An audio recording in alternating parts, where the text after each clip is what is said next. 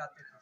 لیکن جب شادی کی تقریب میں بانٹے گئے تو نکاح کے بعد آقا علیہ السلام نے بانٹے نہیں بلکہ وہ چھوارے اٹھائے اور یوں اوپر پھینک دیے مسجد نبی میں، وہ دور دور تک گئے اور صحابہ کرام نے اس کو چننا شروع کر دیا۔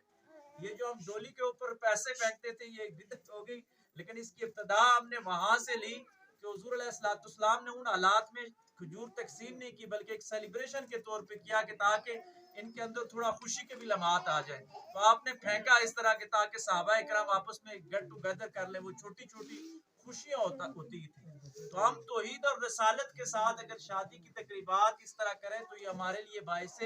رحمت اور باعث برکت ہو جاتی ہے۔ اور پھر کائنات کی جو سب سے بڑی شادی ہوئی وہ سیدہ کائنات سیدہ فاطمہ الزہرا رضی اللہ تعالیٰ عنہا کی ہوئی، جو حضور علیہ السلام کی صاحبزادی تھی۔ تو ان کی جو شادی کی تقریب ہوئی تو وہ بھی آقا علیہ السلام نے اس میں باقاعدہ آقا علیہ السلام کی طرف سے جو کھانا دیا گیا وہ حضرت عثمان غنی رضی اللہ تعالیٰ عنہ نے وہ کھانا بنوایا، اور حضور علیہ السلام کی خصوصی خواہش کے مطابق وہ کھانا بنوایا گیا اور وہ لوگوں میں تقسیم کیا گیا۔ تو یہ وہ کائنات کی سب سے بڑی شادی تھی جو حضرت فاطمہ الزہرا سلام اللہ کے ساتھ اپنایا جائے۔ بہادر شاہ ظفر کا ایک شعر ہے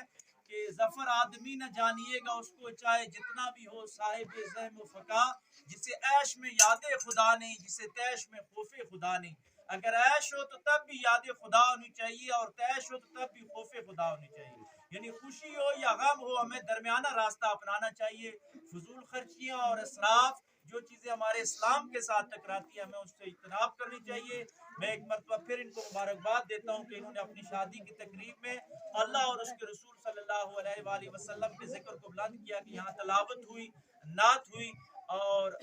کامران بھائی نے کہا تھا کہ آپ 4 اسباق کا مختصراً ذکر کروانا، گو کہ یہاں خواتین بھی موجود ہیں، وہ موقع تو اس طرح نہیں بنا، لیکن آپ کی خواہش کے مطابق جس طرح میں نے کہا کہ مسلمان کے لیے صرف جنازے میں ہی ذکر نہیں ہے بلکہ ہر تقریب میں اللہ کا نام ضرور بلند کرنا چاہیے۔ تو جو مرد حضرات ہیں تھوڑا سا میرے ساتھ ذکر کر لیں تاکہ ان کا جو حکم ہے وہ پورا کر لیں، اور اس کے بعد پھر دعا فرماتے ہیں۔ لا الہ الا اللہ، لا الہ الا اللہ، لا الہ الا اللہ، لا الہ الا اللہ، لا الہ الا اللہ، لا الہ الا اللہ، لا الہ الا اللہ، لا الہ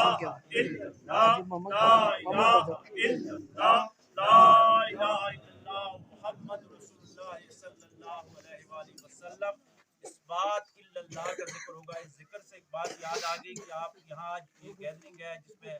مکس ہے، خواتین بھی ہے اور حضرات بھی، اس سے فائدہ اٹھاتے ہوئے ایک سائنسی تجربے کی بات آپ کے ساتھ شیئر کروں کہ کبھی آپ درخت کے نیچے بیٹھیں تو آپ کی فیلنگز اور ہوتی ہیں، آپ کی کیفیات تبدیل ہو جاتی ہیں۔